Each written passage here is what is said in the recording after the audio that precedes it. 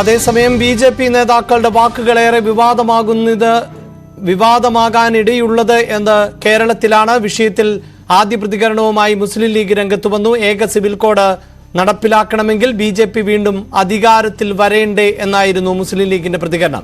വർഗീയ ധ്രുവീകരണം ഉണ്ടാക്കാനാണ് ശ്രമം എന്നും PMA സലാം പറഞ്ഞു.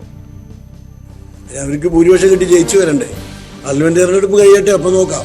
അതുകൊണ്ടാണ് NDA മുന്നണിയെ പരാജയപ്പെടുത്തണം, ഒരുമിച്ച് നിൽക്കണം എന്ന് മുസ്ലിം ലീഗ് പറയുന്നത്. തെരഞ്ഞെടുപ്പ് മുന്നിൽ വന്ന് നിൽക്കുകയാണ്, അവർക്ക് വോട്ട് നേടണം, അതിന് വർഗീയമായ ധ്രുവീകരണം ഉണ്ടാക്കണം, അതിന് വർഗീയത ആളിക്കത്തിക്കാൻ പറ്റുന്ന എല്ലാ പ്രസ്താവനകളും പ്രവർത്തനങ്ങളും നടത്തും. വർഗീയ കലാപങ്ങൾ വരെ കഴിഞ്ഞ കാലങ്ങളിൽ ഉണ്ടാക്കിയിട്ടുണ്ട് തെരഞ്ഞെടുപ്പിന്റെ തൊട്ട് മുമ്പ്.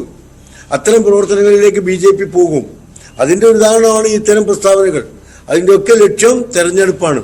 ഈ പ്രസ്താവനയ്ക്കെതിരെ പ്രതികരിക്കുക, പ്രക്ഷോഭം നടത്തുക, കുഴപ്പമുണ്ടാവുക, അങ്ങനെ രാജ്യത്ത് കലാപം ഉണ്ടാകുമ്പോൾ കൺസോളിഡേഷൻ, ജാതീയ വോട്ടുകളുടെ കൺസോളിഡേഷൻ ഉണ്ടാവും.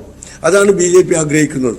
ആ വലയിൽ വീഴാൻ ജനാധിപത്യ മതേതര വിശ്വാസികൾ തയ്യാറായാതെ ഒറ്റക്കെട്ടായി മുന്നോട്ട് പോയാൽ നിഷ്പ്രയാസം ഈ വർഗീയ ശക്തികളെ പരാജയപ്പെടുത്താൻ കഴിയും.